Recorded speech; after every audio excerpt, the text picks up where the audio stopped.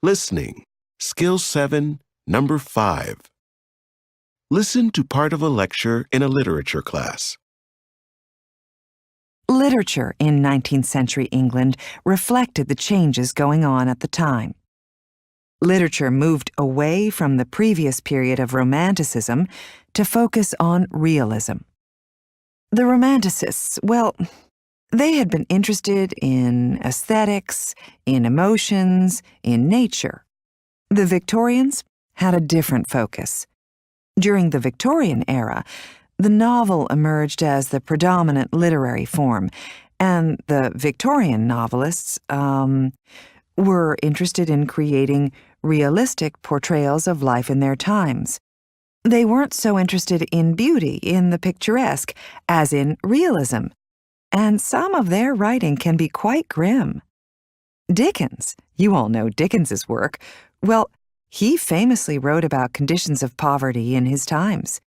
His novel Hard Times, for example, was intended to expose and criticize the appalling working conditions suffered by factory workers, brought on really by the rapid pace of change that occurred with industrialization.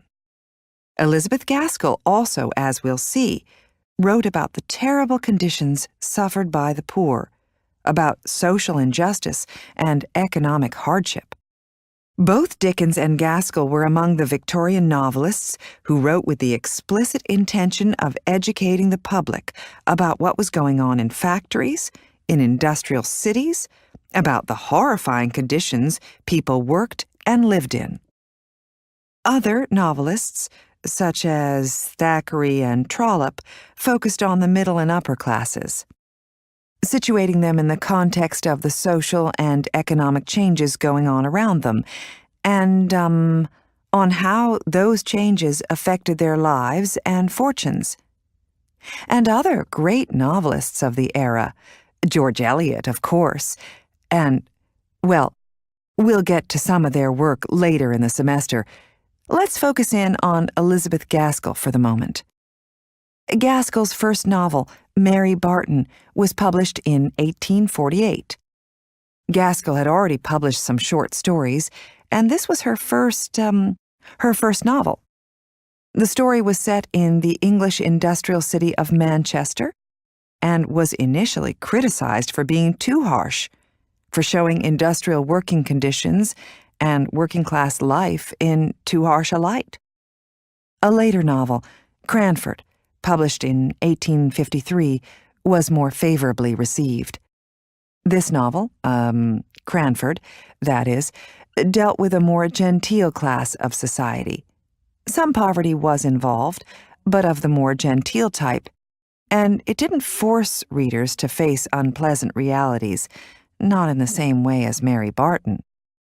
In North and South, which we'll be reading, Gaskell returns to the theme of the effects of industrialization and shows the contrast between the industrial north of England and the rural agricultural south. Gaskell's last novel, Wives and Daughters, she died before she was able to finish it. It's considered by many to be her finest work, and I can't say that I disagree with that assessment. It's her most complex work and is really quite well done. Another interesting thing about Gaskell was that she was acquainted with the novelist Charlotte Bronte and was requested by Bronte's family to write a biography of her. That's also a great read if you get a chance. I highly recommend it for a number of reasons.